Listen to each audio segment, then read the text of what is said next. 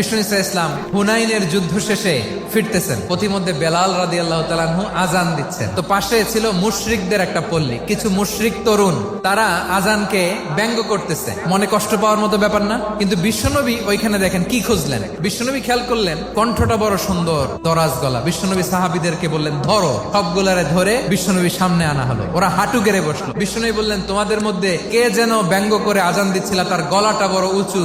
আবু মাহজুরা বলে আমার বন্ধুরা সবাই আমার দিকে আঙ্গুল দেখায়। আবু মাহজুরার মাথায় হাত দিয়ে বললেন এবার আজান দাও দেখি। আবু মাহজুরা বলে আমি তো আজান দিতে জানি না। বিশ্বনবী বললেন তাহলে আসো আমি তোমারে শিখাই দেই। বিশ্বনবী একটা বাক্য পরে, আবু মাহজুরা পরে, বিশ্বনবী পরে, আবু মাহজুরা পরে। আবু মাহজুরা বলে এক একটা বাক্য পড়ি আমার কলিজাটা গলে ঠান্ডা হয়ে যায়। বিশ্বনবীর সাথে দাঁড়িয়ে উনি শাহাদা পড়ে মুসলমান হয়ে গেলেন। বিষ্ণু ইসলাম বললেন যাও আবু মাহজুরা, আমি তোমাকে পৃথিবীর শ্রেষ্ঠতম মসজিদ মক্কার মসজিদুল হারামের মুয়াজ্জিন হিসেবে অ্যাপয়েন্ট করে দিলাম।